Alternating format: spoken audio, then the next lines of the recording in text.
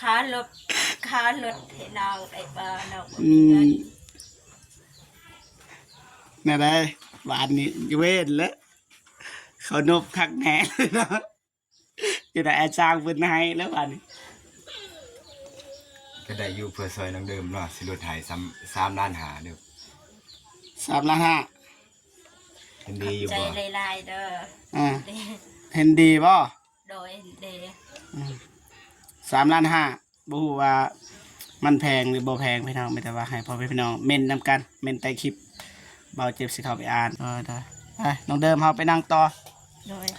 ไปสรุปเรื่องเงินคำพี่น้องเนาะเงินน้องเดิมเรือเท่าไรพี่น้องเนาะไปเงินน้องเดิมมีนำเบาเจ็บพี่น้องเนาะ8,550,000 กีบนี่เกินนะบัตรนี่ขมิดไว้7 ล้านนะบัตรนี้8,550,000 กีบพี่น้องเนาะขอบคุณเด้อทางผู้ใหญ่ใจบุญแม่แสงจันทร์แม่สุภาพแม่วัดเล่นแม่ลิ้นก็พอแม่เล่นแม่พิมพ์สงสารเมตตาน้องเดิมกับน้องเด่นก็ขอให้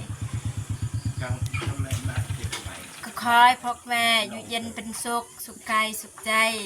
ความเจ็บอย่าได้ความไข่อย่ามีให้หังให้มีให้โศกให้มานให้ลำให้รวยให้เฮงให้ปังเหตุเวียการงานอันใดก็ขอประสบผลความสำเร็จให้อายุมันคนยืนนอนแค่ได้เงินหมื่นตื่นแค่ได้เงินแสนไปที่ใดก็ขอให้ไปฮอดจอดถึงให้มีคนฮักคนหอมเหตุการงานอันใดก็คอยให้รับให้ลื่นให้รุ่งเรืองปรารถนาสิ่งใดก็ได้สิ่งนั้นเด้อโอเคขอให้อาเจ็บสุขภาพแข็งแรงตลอดปีตลอดไปเด้อเจ็บเหตุเวียการงานอันใดก็ขอประสบผลสำเร็จถ่ายคลิปก็ขอให้เฮงให้ปังข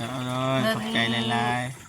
ฝากกดติดตามกดไลค์กดแชร์เบิ่งคลิปก็ให้จบเพื่อเป็นกำลังใจให้อายเจ็บน้องเดิมเฮ็ดคลิปต่อไปเด้อพ่อแม่พี่น้องเด้อสาธุ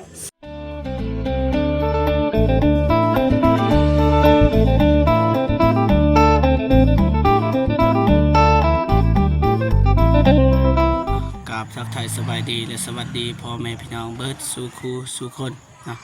ทั้งในลาวและก็ต่างประเทศนะขอยินดีต้อนรับเข้าสู่2เบาเจ็บเพื่อเขาพี่น้องนะตอนนี้ก็เบาเจ็บสีมาปรึกษาเรื่องห้องน้ำกับสร้างเพราะว่าน้องเดิมหาสร้างไปที่เรียบร้อยพี่น้องเนาะเอาสิว่าราคากันนะว่าเท่าไรสมควรหรือบอนะให้พ่อแม่พี่น้องไปเบิ่งนำกันเพราะว่าน้องเดิมก็เพิ่นหาสร้างได้2 วันแล้วพี่น้องนะแต่ว่ามือวานเบาเจ็บบริมาพี่น้องแต่ว่ามาพบพอกันในช่วงแรงพี่น้อง4 โมงพี่น้องนะไปพี่ว่าไปเบิ่งไปฟังนำกันว่าสิเป็นอย่างไรเฮาสิจางหรือบอพี่น้องนะไปมาครบทีมเลยกับไอ้สร้างเพิ่นสบายดีน้องเดิมเจ็บสบายดีเด้อพ่อแม่พี่น้องคุณยายใจบุญทุกท่านสบายดีFC พังไทยพังลาวอยู่ต่างประเทศหรืออยู่ในบ้านสบายดีเบิร์ดสมบูรณ์สุขคนเด้อสบายดีเรียบร้อยแล้วบ่สา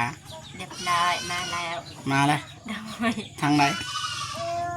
อยู่ไซส์เลยนี่ข้างๆน้องเด้อสบายดีเด้อเด้อโอเคไม่ต้องมาเบาเรื่องห้องน้ำเพราะว่าเบาเจ็บแทกเรียบร้อยเลยทางนั้นก็2 เมตร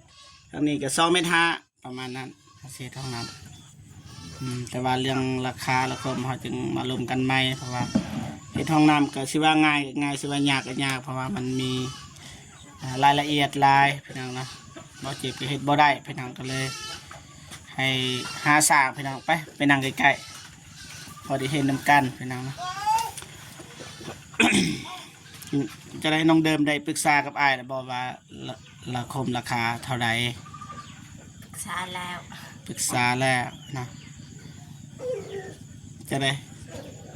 เสียคนเดียวหรือว่า2 คนน่ะ2 คนขอถามในอ้ายซื้อยังเด้ซื้อเมือดเนาะซื้อเมือด แล้วอายผู้หนึ่งได้ซื้อจังได ซื้อยอม ซื้อยอมปกติอายก็มีประสบการณ์เฮ็ดห้องน้ำบ่หรือว่าจังได ครับบ่ค่อยปานใดแต่ว่าก็พอเฮ็ดได้อยู่หรอก พอเฮ็ดได้นะเพราะว่าอายเคยเฮ็ดเฮือนบ่ล่ะ เคยอยู่ เคยนะก็เห็นอยู่เฮือนอายอยู่หั่นเฮือนกอลำบักใหญ่เฮ็ดเองบ่ แม่น อืมไว้ใจได้บ่สร้างคนนี้ ไว้ใจได้ ได้ว่าซ้ำไอแดง ได้ ได้ เพราะว่าไอ้เมือดก็เคยเฮ็ดเฮือนเคยเฮ็ดห้องน้ำเฮ็ด อ๋อ ห้องน้ำเพิ่น แบบว่าเห็นห้องน้ำอายเพิ่นงามเนาะ โดย ก็เลยอยากให้อายเพิ่นเฮ็ด โดย อ่าเพราะว่าห้องน้ำมันสิว่าใหญ่ก็ใหญ่สิว่าน้อยก็น้อยเนาะ2 เมตรคูณ2 เมตร5พี่น้องเนาะแล้วก็เฮาสิให้อายเพิ่นเฮ็ดแล้วก็ทั้งเฮ็ดทั้งโบกทุกอย่างหั่นแหละเพราะว่าอันนั้นอีหยังละคือเอิ้นว่าตัวเฮาขุดเนี่ยเฮาก็ขุดเรียบร้อยพี่น้องเนาะแต่ว่าให้อายเพิ่นเฮ็ดห้องน้ำเลยราคาเท่าไรก็บ่ฮู้พี่น้องเนาะให้โบกบางทีให้ตีกะโลน้ำได้บัดนี้เด้อดีใจ โดยดีใจ แล้วก็ลองถามราคาเท่าไหร่ถามเบาๆบ่แม่นว่าราคาเท่าไหร่เบาๆราคาเท่าไหร่เฮ็ดห้องน้ำให้มันสำเร็จเลยเด้อ โดย เพราะว่าเฮาสิหรือว่าเฮ็ดครึ่งก่อนจึงเบิกเงินครึ่งหนึงแล้วก็แล้วครึ่งหนึงก็ได้หรือว่าสิหับบัตรเดียวก็ได้ เพราะว่าเฮาสิให้ก่อนมันก็บ่ได้อยู่แล้วแม่นบ่อ้ายเฮาต้องให้ซ่องเทื่อก็ได้หรือว่าเทื่อสุดท้ายก็ได้แล้วแต่อ้ายเลยสิเลือกเพราะว่ามีซองแล้วก็มีหนึ่งสิเลือกเอาจ่ายก่อนครึ่งหนึงบัตรอ้ายเพิ่นเฮ็ดได้ครึ่งหนึงนะสิจ่ายคันอ้ายเพิ่นอยากเบิกแต่ว่าเราต้องให้ครึ่งหนึงแบบนั้นนะราคาเท่าไรลองว่าเท่าไรอ้ายเพิ่นว่า ชื่อร้าน 4 ล้าน โดย อ่ะ4 ล้านแม่นปะ แม่น อืมขออ้ายเพิ่นเบิ่งบางทีแล้วหลุดให้ได้ในกล่องนี่บางทีไปบ่ฮู้ได้น้องก็ว่าหลุดให้น้องได้บ่น้องบ่มีเงินนะแบบนั้น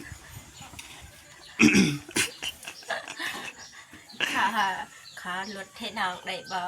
น้อง นบนี่นะ เจ็บชุ่มก็มาขาลดให้น้องได้บ่น้องบ่มีเงิน น่ะได้บานนี้เว้นแล้วเขานบคักแหน่เลยเนาะจะได้อาจารย์เพิ่นให้แล้วบานนี้ ก็ได้อยู่เพื่อซอยนังเดิมเนาะสิรถไถ3ล้านหาเด้อ 3 ล้าน 5 เห็นดีอยู่ ใจ บ่ ลายๆเด้อ อ่าเห็นดีบ่ โดยเด 3 ล้าน 5บ่ฮู้ว่ามันแพงหรือบ่แพงพี่น้องมีแต่ว่าให้พ่อแม่พี่น้องเม่นนำกันเม่นใต้คลิปเบาเจ็บสิเข้าไปอ่านแต่ว่าเพราะว่าเครื่องยังบ่ทันครบมีแต่มืออื่นเบาเจ็บสิซื้อสิไปสั่งเลยพี่น้องเนาะเพราะว่ามืออื่นไปสั่งเริ่มแต่มื้อฮือเลยคันไอเซก็เริ่มเลยมื้ออื่นก็บ่เจ็บสิสั่งแห่ทรายปูนเนาะแล้วก็เสาเพราะว่าน้องเดิมมันอยากได้เสาปูนนี่แหละ4เสาพี่น้องเนาะบ่ฮู้ว่าเส้นเท่าใดเสาเท่าใดอ้ายฮู้บ่เคยซื้อบ่ บ่เคย เส้น ซื้อเสา ต่อ เนาะ บ่เคยนะ แม่น แต่ว่ามีบอนขายว่าถ้าเขตนี่ไกลๆนี่ จุฬา จุฬา แม่น โอเคไม่แต่ว่าให้ไปแทกเบิ่งนำกันว่าเท่านี้อันนะเฮาสิเฮ็ดนะเพราะว่าอ้ายเพิ่นก็บ่ฮู้รายละเอียดนะเฮาต้องเฮ็ดเท่านี้ก่อนเนาะไปแทกเบิ่งก่อนไปมีแต่แทกเอานี่ทางเดิมจะบอกเบิ่งแต่นี่แต่ว่าก็สิเว้าให้พ่อแม่พี่น้องฮู้นำกันเนาะทางนี้ก็บ่ให้ถึกน้ำเลยบ่ให้ซูนดินของไอ้น้อยเพราะว่าอ้ายเพิ่นว่าบ่ได้พี่น้องเนาะเพิ่นว่าตัวอย่างว่าฝนตกก็ยังบ่ให้ถือกันนะเบื้องนี้นะพี่น้องก็เลยเฮาต้องยับมานี่อีกนี่เฮายับมานี่หน่อยนึงยับมานี่หน่อยนึงเพราะว่าบ่อยากกวนอ้ายเพิ่นพี่น้องเนาะจังนั้นมันสิยากนะบ่เจ็บคอแล้วพี่น้องทางนี้แต่ว่าอ้ายเพิ่นบ่ให้พี่น้องเอานะโอเคสำนี้พอดีแล้ว2 เมตรแม่นสำนั้น ซื้อมา2ไม่ทาน 2,500นับแต่บางย่าหั่นแหละนี่2,500มาโอเคนี่สำนี่นี่2,500สำนี่พอดีเป๊ะมีแต่ เริ่มมือก็เอาสิซื้อทุกอย่างให้น้องเดิมก่อนซื้อเสาซื้อปูนซื้อแฮซื้อทรายแล้วก็อาวุธคือสิมีติของอ้ายมีครบบ่ ครบ คันบ่มีคอนตีบ่เจ็บมีอยู่คอนตี2บ่1เล็กๆก็มีบ่เจ็บ แต่เรื่อยๆบ่มี มีบ่เจ็บสิซื้อให้แล้วก็อันยังเนาะมีนำบ่เจ็บลืมแล้วพี่น้องมันจะไปเบิ่งมืออื่นพี่น้องโอเคไม่แต่ว่ามือฮื้อเจอกัน โดยเลย โอเคเนาะแม่นบ่ บ่ บ่แม่นบ่อ้าวบ่แม่นนะโอเคขอบใจหลายๆไม่แต่มือฮื้อเจอกันมาจับมือบ่ต้องเปลี่ยนใจเด้เปลี่ยนใจบ่ได้อย่าเอาซื้อแล้วบ่เฮ็ดบัดนี้สิได้หาสร้างใหม่เด้บ่เจ็บก็บ่จักสิหาแล้วเพราะว่าบ่ฮู้ภัยพี่น้องโอเคมีแต่ว่าขอบใจหลายๆเด้อเจอกัน ได้ ได้ไปน้องเดิมเฮาไปนั่งต่อ โดย ไปสรุปเรื่องเงินคำพี่น้องเนาะเงินน้องเดิมเรือเท่าไรพี่น้องเนาะไป ที่สุดจะหายาดาอีกต่อ โอเคพ่อแม่พี่น้องเนาะตอนนี้เบาเจ็บก็สิสรุปเรื่องเงินของน้องเดิมว่านำเบาเจ็บมีเท่าไรพี่น้องเนาะตามที่น้องเดิมหูนี่คือร้านน้ำอายนี่มีเท่าไรล่ะ 7 ล้าน 7 ล้านโอเคเดี๋ยวอายสิมาสรุปเลยพี่น้องเนาะโอเคมาเบิ่งทางนี้เลยพี่น้องเงินของแม่แสงจันทร์นำเบาเจ็บยังเหลืออยู่3,10,000 กีบพี่น้องเนาะเงินบาทกะ4,778 บาทพี่น้องเนาะแล้วก็เงินของแม่สุภาพพี่น้องเนาะยังเหลืออยู่1,645,000พอดีรวมอยู่4,655,000 กีบพี่น้องเนาะช่วงที่แบบว่าเบาเจ็บเก็บไว้เหลือจากการเฮ็ดเรือนให้น้องเดิมพี่น้องเนาะแต่ว่าเดี๋ยวนี้ก็มีผู้ใหญ่ใจดีมาเพิ่มพี่น้องเนาะนี่พอดีโอเคบัดนี้สิไปเว้าเรื่องห้องน้ำบัดนี้เราก็มาเฮ็ดห้องน้ำต่อพอดีมีแม่ลินเพิ่นโอนเงินมาให้พี่น้องเนาะ4,000 บาทพี่น้องไปเฮ็ดห้องน้ำให้น้องเดิมมาแล้วเงินลาวก็ตกอยู่2,520,000ดีบ่เจ็บไปซื้อปอกพี่น้องเนาะนี่เบิดอยู่1,800,000พี่น้องเนาะพอดียังเหลือ720,000 กีบพี่น้องเนาะแล้วก็แม่ลินโอนให้อีกพี่น้องเนาะ5,000 บาทนะตกอยู่3,150,000 กีบนะแต่ว่าเบาเจ็บมาบวกกับเงินตัวเก่าพี่น้องเนาะเฮ็ดเถื่อนเรือจากการเฮ็ดเถื่อนพี่น้องเนาะ4,655,000 กีบพอดีรวมอยู่7,850,000 กีบแล้วก็มาบวกให้เงินนี้อีกพี่น้องนะ720,000นี่720,000พอดี8,525,000 กีบเนาะแสดงว่าเงินเดิมมีนำเบาเจ็บพี่น้องเนาะ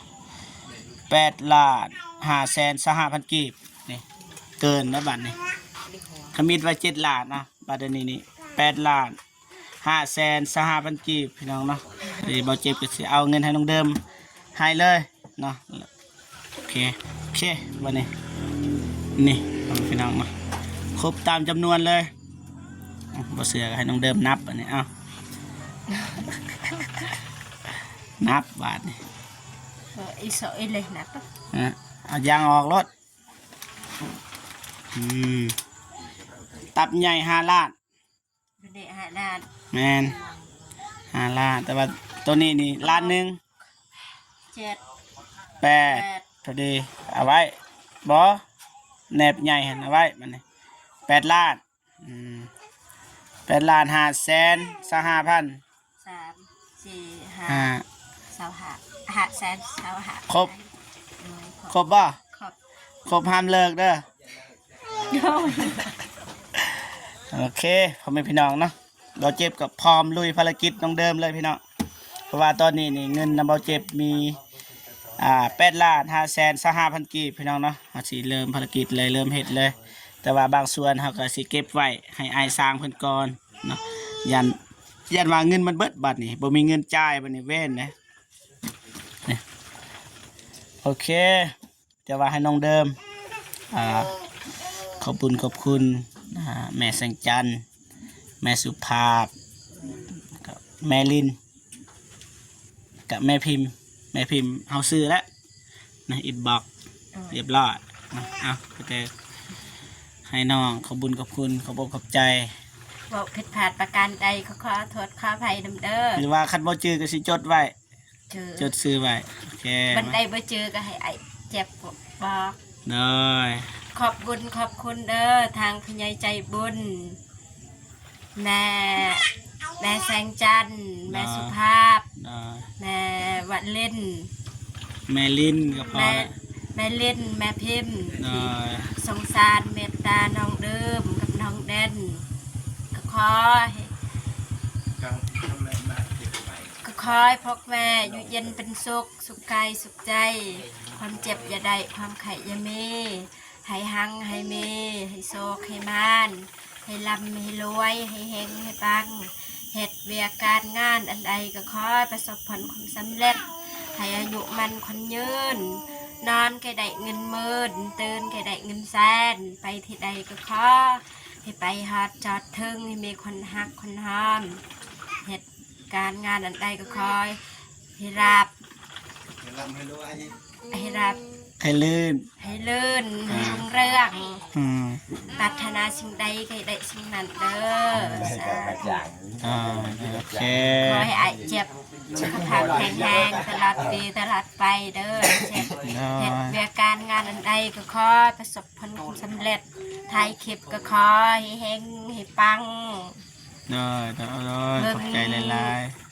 ฝากกดติดตามกดไลค์กดแชร์เบิ่งคลิปก็ให้จบเพื่อเป็นกำลังใจให้ไอ้เจ็บน้องเดิม ๆนะ เฮ็ดคลิปต่อไปเด้อพ่อแม่พี่น้องเด้อสาธุ สาธุ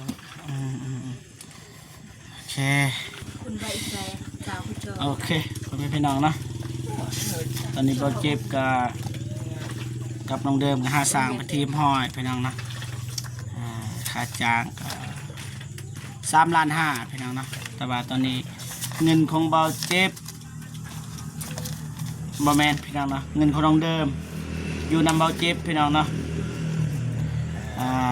เงินเรือจากการเฮ็ดบาทแต่ก่อนนะเฮ็ดเทือนให้น้องเดิมแต่ก่อนก็เรืออยู่4,655,000 กีบพี่น้องเนาะแต่ว่ามีเพิ่มแล้วพี่น้องมีเพิ่มแล้วเนาะมีเพิ่มเนาะแม่ลินเพิ่นโอนเงินมาให้พี่น้องเนาะเงินลาวก็2,520,000 กีบแต่ว่าบ่เจ็บซื้อปอก1,800,000พี่น้องเนาะก็ยังเหลือ720,000 กีบเนาะแล้วก็แม่ลินโอนให้อีก 5,000 บาทพี่น้องเนาะเงินลาวก็3,150,000 กีบเนาะมาบวกให้เงินเก่าเงินที่ค้างนำบ่เจ็บ4,655,000 กีบพอดี7,850,000 กีบแล้วก็มาบวกกับเงินที่เหลือเบาเจ็บซื้อปอกพี่น้อง720,000 กีบพอดีเงินรวมทั้งหมดนำเบาเจ็บตอนนี้มีอยู่8,525,000 กีบพี่น้องเนาะประมาณนี้นะพี่น้องจังไดก็ขอบคุญกับคุณเนาะแม่เสียงจันทร์แม่สุภาพแม่พิมพ์กับแม่ลินขอบคุณในไลน์นะจังใดก็ขอให้แม่ทั้ง4 คนนะจงมีแต่ความสุขสุขภาพแข็งแรงประสบผลสำเร็จในหน้าที่การงานไปที่ใดก็ขอให้ปลอดภัยขอให้อายุมันคนยืนนะอย่าเจ็บอย่าจนแต่ก็ให้ลำรวยๆยิ่งขึ้นไปเด้อแม่ทั้ง4เด้อนะสาธุว่าเจ็บก็จบคลิปก่อนนะพอๆกันคลิปหน้าสำหรับคลิปนี้ขอกล่าวคำว่าสบายดีเด้อบ๊ายบาย